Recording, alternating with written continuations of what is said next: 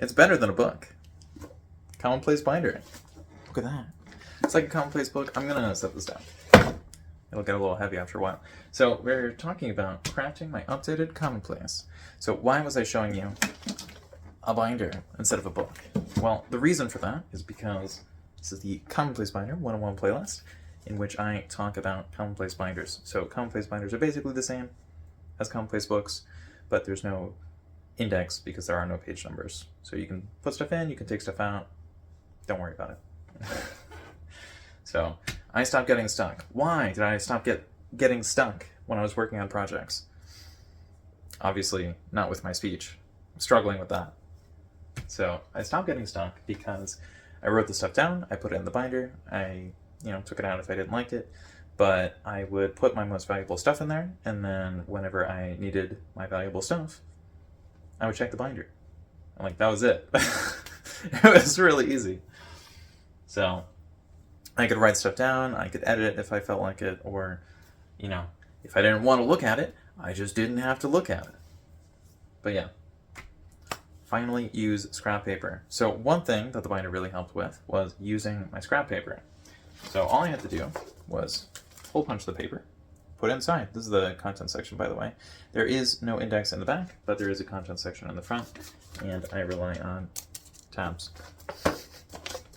It's quite easy. If you want to see a further explanation, or an actual explanation, because I haven't really given one of those, check out one of the videos that actually talks about that on the channel, in the playlist. Right. So finally use the scrap paper. I have so much extra scrap paper lying around. I'd be lying if I said it wasn't freaking me out. There was just stuff. And so what I did is I put it in a binder, and I broke everything down into sections, so I categorized it a little bit. And then what I would do is I would go through all the scrap paper, write down whatever was the most relevant as a sort of summary, just to make sure everything was in my own words, and I actually knew what I was looking at, and it was valuable. And then I would just toss it. Or, more realistically, I would put 2 X's through the page. If I put 1 X, I would think to myself, maybe I didn't mean to do that. Maybe I'm looking at it wrong. But if I do 2 X's, then it's like, oh, yeah, that one's done. Or at least that side of it. And so then I would flip it over, and then I would have one side of scrap paper, which was useless, and then another side, which was potentially valuable. So in the binder, I only use the right side of the page. Don't use the left side. So that way I have extra paper if I run out. And it also means I don't need to flip the page back and forth trying to figure out if the information is on the other side. I just check the next page. So yeah, work towards digital. If you're doing this digitally, you will not need to flip to the next page. Now, you might need to scroll down, but you're not going to have to be flipping through the page. It's where is my thing? Because you can just, control find. So, how do we move our physical stuff to the digital realm? Well, the first thing we could do is we could start digitally. I don't recommend that.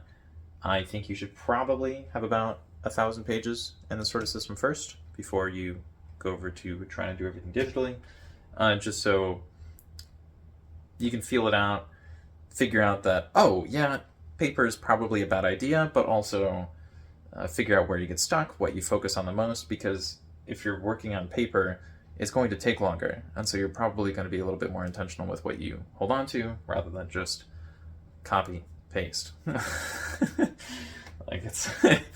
It's a little bit easier on the computer. So how do you do it? How did I craft my updated Commonplace? Well, originally I started with just a normal, not a book, but a commonplace book. Then I upgraded to a binder because it's just so much easier to put stuff in and take stuff out. Okay, if this was a book, or if this were a book, the first 3 pages would have to be set aside specifically for an index or content section. Maybe 4, but maybe it'd only be 2. Maybe it'd only be 1. I don't know. And there's so many little calculations like that. But I don't need to do that. I just open the rings, I drop another page in here, and boom, I have extra space. This... it's just a lot easier mentally because I'm working with one of these to help myself out, not to like make things harder for no reason. So my system, it's focused on actually helping me out, and I'm not really showing it to people. Obviously, I am showing the binder to people now, but this is a demonstration binder. So if you look through some of my old videos, you can see me actually putting all this stuff in here. It took a long time, like a really long time. And it's a little weird because, you know, I have my own version, but then I have this demonstration version. So it's it's a little weird to think about, like, for me personally. But obviously you will only see the one. So mix and match. I do not want to mix things in between the demonstration and the actual thing that I use. If I find something in the demonstration binder that I will actually need to use, I'll just move that over to my normal system because, well, I'll make a copy of it and then I'll move it over. And by make a copy, I mean I'll have to type it out or handwrite it because all of this is handwritten and I haven't printed anything because I haven't typed anything. You can see this is like kind of a mess sometimes, but my journal is where it started. So I was just writing stuff down and I was like, dang, I have a lot of stuff from school. Maybe I should do something with that. So I figured I would make an independent thing. I would be doing an independent study. Now, obviously, I didn't get paid for that. I didn't know how to get paid for that. I still don't really know how to get paid for that. So if you have any ideas on how to get paid for, like, making the videos on something super random like this, let me know in the comments. That'd be great. But yeah, this is an independent thing because you're just combining all the scraps and your journal-related stuff and anything you saw in a book, and it really ends up being something really weird. Like, it's definitely not normal. I will flip through it at some point. That'll be in video 99, and this is, 38, so it's kind of a long time from now. Sorry. Basically, place and book. You get the thing, and you put it in the binder. It's really not that hard. So I guess I can give you a brief tour. So at the beginning, we've got the cover. These are the 100 keywords that I use for this playlist. So at the beginning, we have introducing, and at the end, we will have bonus content. So it looks like FAQ is 99, which means I screwed up, and flip through is actually 98. So I think I made that mistake in this video and also the previous video. Not sure how well you can see this. You might be like, oh no, you are revealing the videos that haven't come out yet. Someone might make the same thing. They're going to have a binder instead of a book. They're going to have note cards or index cards as a demonstration. Like, what? I don't think so. Maybe they will. But yeah, we've got our cover here. This is Commonplace Books. Should probably change that to Commonplace Binder. First used a binder July 1st, 2023. Kind of a long time ago. All right, hello and welcome to the postgrad year. Today we're going to talk about Commonplace Books, and yes, my version is a binder. So it's a little weird to have this here. This was not done in the best way. Basically, I just, pushed a book up against this, and I don't know, maybe it was a ruler at least. Might have been a yardstick. It's not, it doesn't have to be super genius, big brain, mega mind, galaxy brain stuff. Like, you just write stuff down, and eventually you'll get something. That's not much of a tour. I showed you the front cover. This is the content section. Basically, when I add something, write it down here. And then if, that fills in, I go over here. Do that in sets of 5. There are orange lines in here, because at one point I was realizing if I'm demonstrating this, I should probably add some color, but I kind of hated that. So I stopped doing that at some point after I got a little tired doing it. And now I have a little, like, bow tie thing. Hopefully that's not, like, a random hate symbol or something. I guess we'll find out. But yeah, the most recent thing is February 2024, growing up. So I'm going to move this one page back. So I can just close it up. But basically, if we go all the way to the back of this, I'm not sure if you're going to be able to see this, but yeah. Look at that. So that's February 2025, growing up. So basically the rules are write something down on a sheet of paper, add a title, add a little tab at the top, add the same title to that, put the thing in the binder, and add the title to the content section. It's really not that hard. So what do I have for my entries? I think you might have to check the flip through for that. But basically, at the beginning, you just write whatever.